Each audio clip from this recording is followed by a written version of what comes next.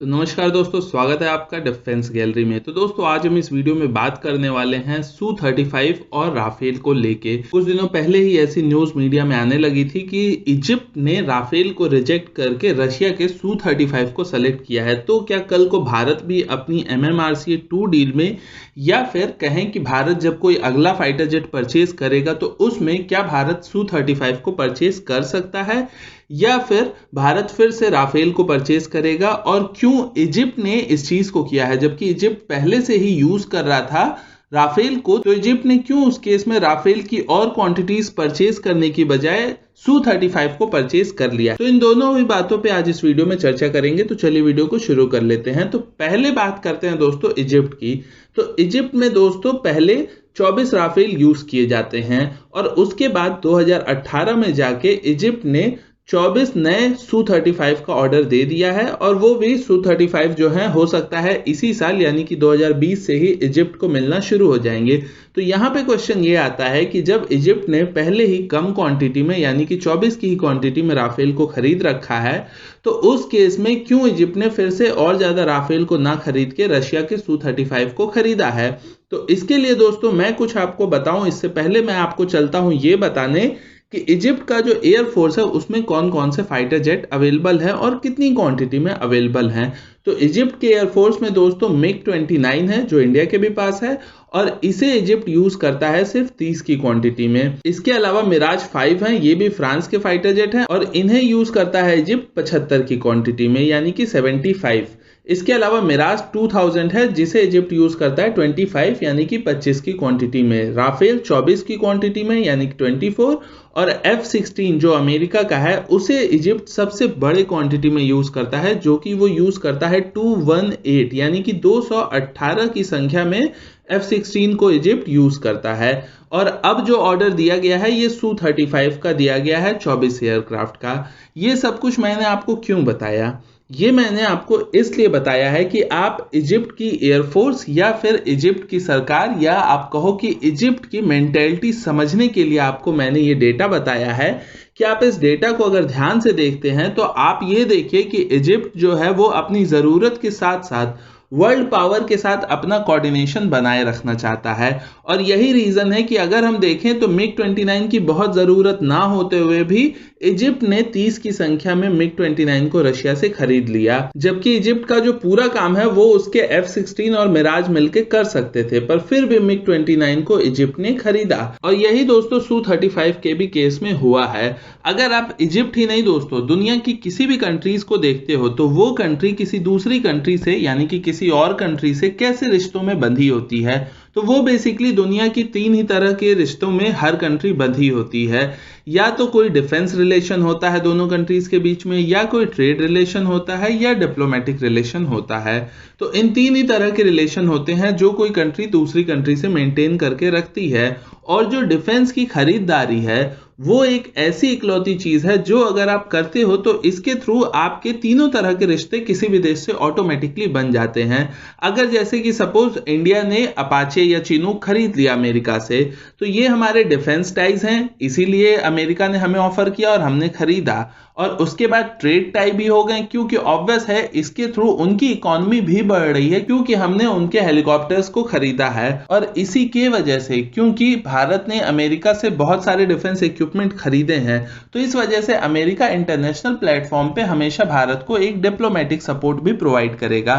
तो सेम यही चीज इजिप्ट के भी साथ है दोस्तों। इजिप्ट ने आप देखो फ्रांस से भी खरीद के रखे हुए हैं फाइटर जेट, अमेरिका से भी खरीद के रखे हुए हैं और रशिया से भी खरीद के रखे हुए हैं, ताकि इन सब के बीच में एक इक्विलिब्रियम आप कह लो या एक संतुलन कह लो कि हमेशा इजिप्ट बनाए रखना चाहता है। क्यों बनाए रखना चाहता है? रशिया के फाइटर जेट या रशिया के हेलीकॉप्टर्स या रशिया के किसी और चीज की क्या जरूरत है इजिप्ट को? तो उसका रीजन ये है दोस्तों, अगर आप इजिप्ट के दुश्मन देखते हो, कोई भी कंट्री अपने डिफेंस इक्विपमेंट को जब मजबूत करती है, अपनी डिफेंस इन्वेंट्री को अच्छा करती है, तो उस केस में वो अपने दुश्मनों का बहुत ध्यान रखती है कि हाँ, हम जो चीज खरीद रहे हैं इसका यूज हम उस पर किस हद तक कर पाएंगे, अगले के ऊपर हमें क्या एडवांटेज मिलेगा।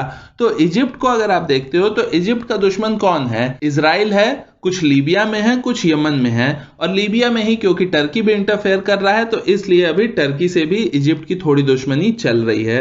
तो आप बताओ कि अगर कोई अमेरिकन फाइटर जेट हो या इवन फ्रांस का भी फाइटर जेट हो, हालांकि फ्रांस में उतनी दिक्कत नहीं आएगी, लेकिन कोई अमेरिकन फाइटर जेट अगर होगा तो उसके थ्रू आपको लगता है कि इजराइल पे हमला किया जा सकता है? तो मुझे ऐसा बिल्कुल भी नहीं लगता है, क्योंकि इजराइल और अमेरिका के डिफेंस रिलेशन इतने अच्छे हैं कि अमेरिका कभी भी इजिप्ट को यह अलाउ नहीं करेगा कि वो इजराइल पे कोई अटैक करे किसी अमेरिकन फाइटर जेट से। और अगर इजिप्ट ऐसा किसी फ्रांस के फाइटर जेट से करता है तो भी, क्योंकि फ्रांस और अमेरिका के बीच में बहुत अच्छे रिलेशन है, तो अमेरिका फ्रांस पे भी प्रेशर डाल सकता है कि भाई आप इजिप्ट को कहो कि वो हमारे फाइटर जेट्स यानी कि आप ही के फाइटर जेट्स को इजराइल के खिलाफ इस्तेमाल ना करे, और अगर वो इस्तेमाल करता है तो अच्छा नहीं होगा। लेकिन अमेरिका ये चीज रशिया को नहीं कह सकता है, कि अमेरिका रशिया को नहीं मना कर सकता है कि आप मना करो इजिप्ट को कि वो आपके यानी कि किसी रशियन फाइटर जेट को इजराइल के खिलाफ यूज ना करे। तो आप बताओ कि अगर जब इजराइल के खिलाफ जाना होगा इजिप्ट को, तो उस समय इजिप्ट क्या करेगा? क्या वो वॉर में अपने पैर पीछे खींच लेगा सिर्फ इस वजह से क्योंकि उसके पास अमेरिकन या फ्रेंच फाइटर जेट है? तो मुझे नहीं लगता कि ऐसा कभी करने वाला है।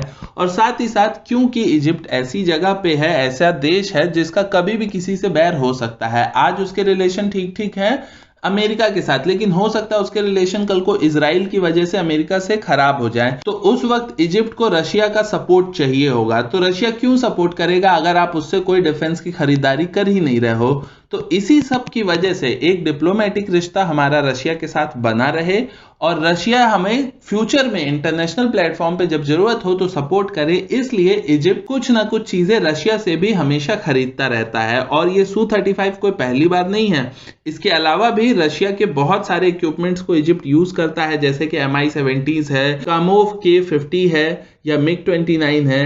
तो ऐसे बहुत सारी चीजें यूज करता रहता है इजिप्ट। और इजिप्ट की अगर आप टोटल इन्वेंट्री देखते हो इनके डिफेंस की, तो इसमें बहुत सारे देश आपको मिलेंगे। इवन चाइना के सर्वेलांस और यूएवी सिस्टम को भी ये यूज करता है, अपाचे और चिनूक को भी यूज करता है इजिप्ट, यूके और फ्रांस और इटली से भी लिए गए इक्विपमेंट्स को यूज करता है। तो इजिप्ट का क्या है कि ये बस इजराइल के इक्विपमेंट्स को यूज नहीं करता है, बाकी सबके ही इक्विपमेंट को आप देख लोगे कि यूज करता है।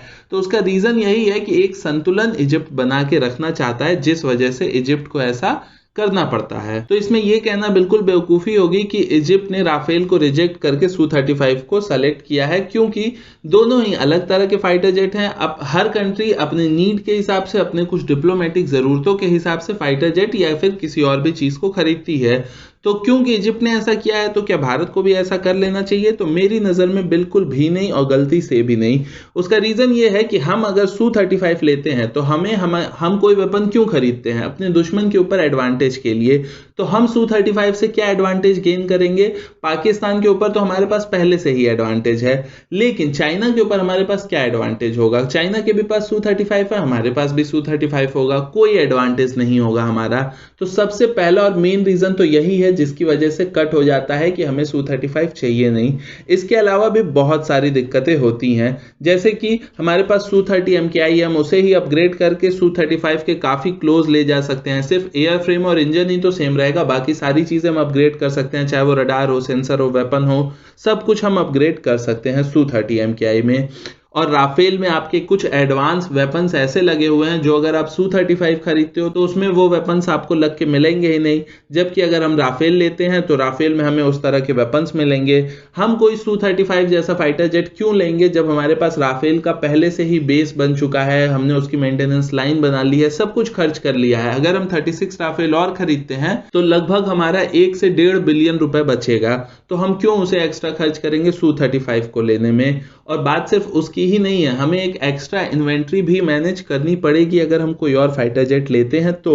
साथ ही राफेल कई सारी चीजों में Su-35 से बेहतर है, जैसे कि राफेल ज्यादा पेलोड ले जा सकता है, इसमें ज्यादा वेपन ले जा सकते हो आप, ज्यादा हेड पॉइंट लगे हुए हैं, इसका रेट ऑफ क्लाइंब भी अच्छा है Su-35 से, इसका कॉम्बैट रेंज भी 200 किलोमीटर ज्यादा है Su-35 से, इसका RCS वैल्यू जो कि बहुत मायने रखता है आज के समय में, यानी कि रडार क्रॉस सेक्शन भी काफी ज्यादा अच्छा है Su-35 के कंपैरिजन में। राफेल का अवेलेबिलिटी रेट काफी अच्छा है। अगर एक और आपने 36 राफेल खरीदे हैं और दूसरी ओर आपने 50 या 60 Su-35 खरीदे हैं तो 5 साल बाद दोनों की अवेलेबिलिटी आपको बराबर होगी, यानी कि 36 में से 20 राफेल ऐसे होंगे 5 साल बाद जो हमेशा उड़ाने लायक होंगे, या हो सकता है 22 हों, और वहीं अगर आप Su-35 को देखोगे तो 50 में से सिर्फ 15 ही 20 ऐसे होंगे जो उड़ाने लायक होंगे, क्योंकि उनकी सर्विस अवेलेबिलिटी रेट बहुत खराब होती है। तो इस तरह के कई रीजन है दोस्तों जिसकी वजह से भारत को कभी नहीं लेना चाहिए Su-35 जैसा फाइटर जेट।